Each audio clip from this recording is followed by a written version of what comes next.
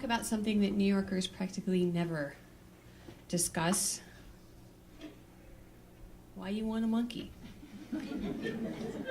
Now, I know you're probably saying, well, I don't want a monkey. So I want you to think back to your childhood. Take a breath, relax, and consider.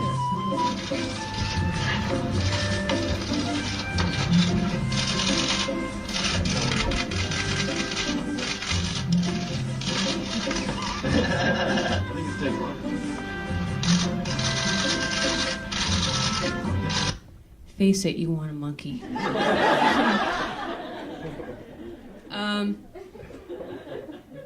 Now, maybe when you were a kid, it was that Clint Eastwood movie, or maybe you just were really into Curious George. But at one point or another in every person's life, you're struck with the impulse of wanting a monkey. This is rooted in our Constitution. There was a study a few years ago that showed that human babies instinctively prefer monkeys to teddy bears. Now, for the vast majority of you, an obstacle prevented you from acting on this desire. For example, you don't have $5,000 in cash, or you can't afford to convert your bedroom into a steel cage, or simply your mom said no. But the fact is that a little part of you, maybe deep down inside your reptilian brain, will always want a monkey. Now, as a side note, I should mention that I'm using the word monkey here to kind of generically to include apes. Chimps, for example, aren't monkeys, they're apes. But many people think of them as monkeys, in part because the ones that they see in TV and movies are infants, so they're very small. These are all infant and very young chimps. Whereas a full-grown chimp is usually between 4 and 5 feet tall. So, but let's get back to this question of why you want a monkey.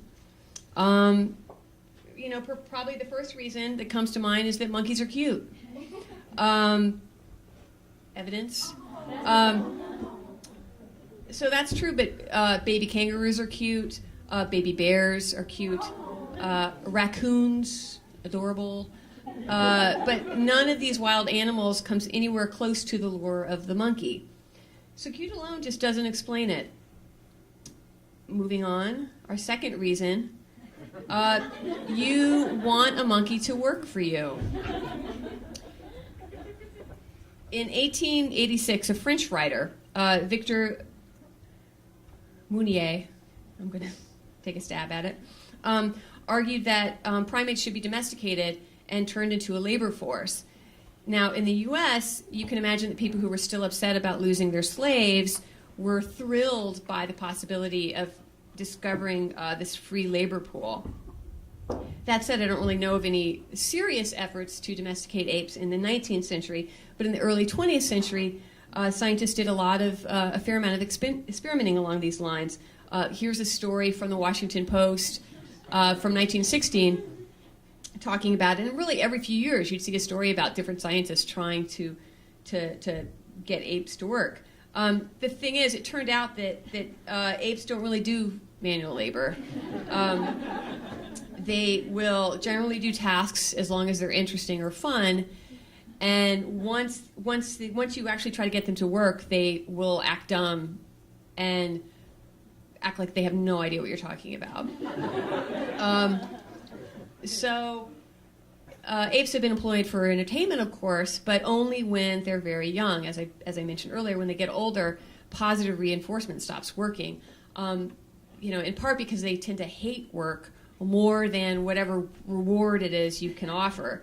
So training apes requires such brutal violence that you've got to castrate them and remove their teeth in order to have any success, and even then they are not going to be able to work for more than a few years. One of the orangutans who played Clyde in Every Which Way You Can was clubbed to death after the movie. Wasn't treated too well during the movie either, but that's another story.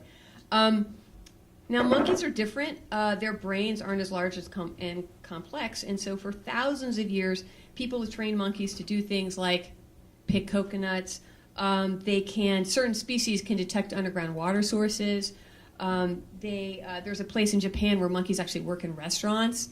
Of course, they perform tricks and stunts, and they do customer service. More recently, some of you have probably heard of this place in Boston called Helping Hands that trains monkeys to work for people that have disabilities. In order to be helping hands, though, the monkeys have to have most of their teeth removed. Now, I can't let you pretend that everybody who wants a monkey wants a slave. So what's another reason why you want a monkey? Well, the media make you want a monkey. Anytime there's a popular TV show or movie that features a chimp or monkey, it's going to lead to a spike in people wanting that animal. This isn't unique to primates.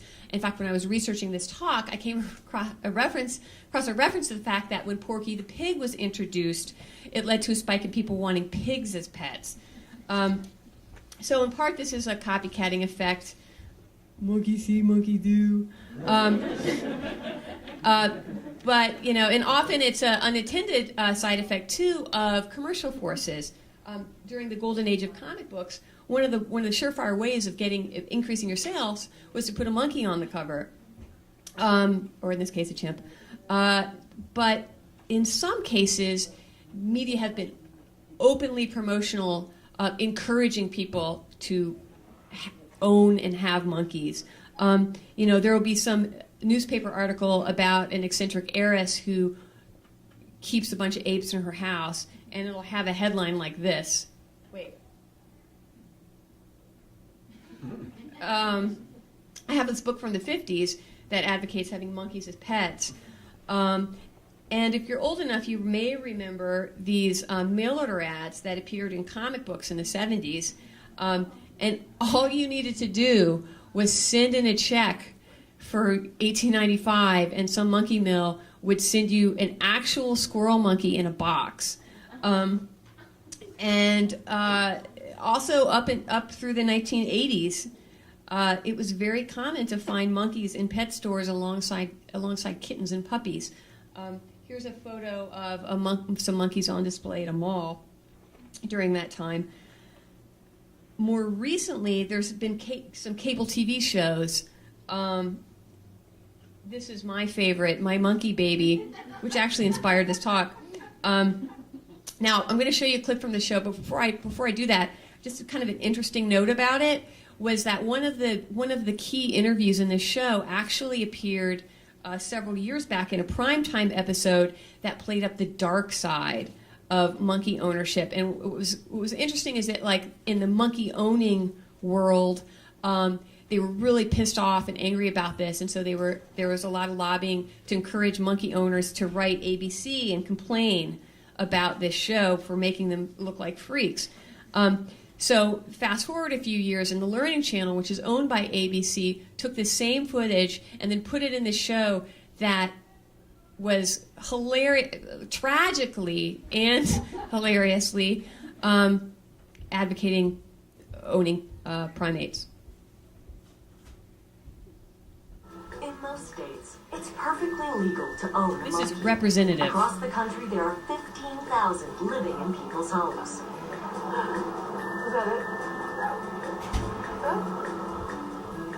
For some couples, like Jesus and Carmen, who can't have children of their own, a monkey can be a good option.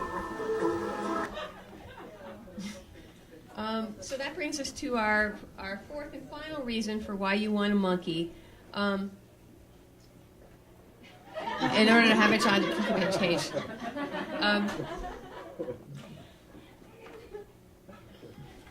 Monkeys and apes are a lot like humans, and that's a big part of their appeal. On the downside, of course, the downside of having a human child is that you can't keep them in a cage.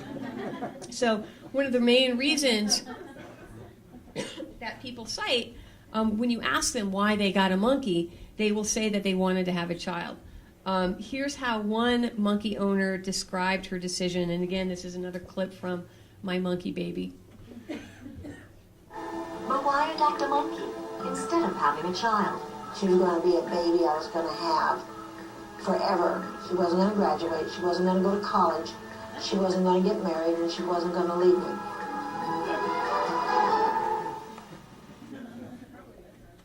Having a child that never leaves, however, comes at a cost. For starters, you have a child that never leaves. So you have a permanent toddler who masturbates constantly, humps the faces of your friends, shreds your arms, and destroys all of your property. Also, adorable baby chimps turn into less than adorable adult chimps, who, while still the emotional equivalent of a child, no longer can really handle being kept in a cage. In conclusion, wanting a monkey is a natural, normal part of being a human being. Owning a monkey is not. But fortunately, humans are an inventive species, and we have come up with many, many ways of fulfilling that desire without causing harm to other primates. And with that, I leave you with the so truly real line of lifelike ape dolls. Thank you.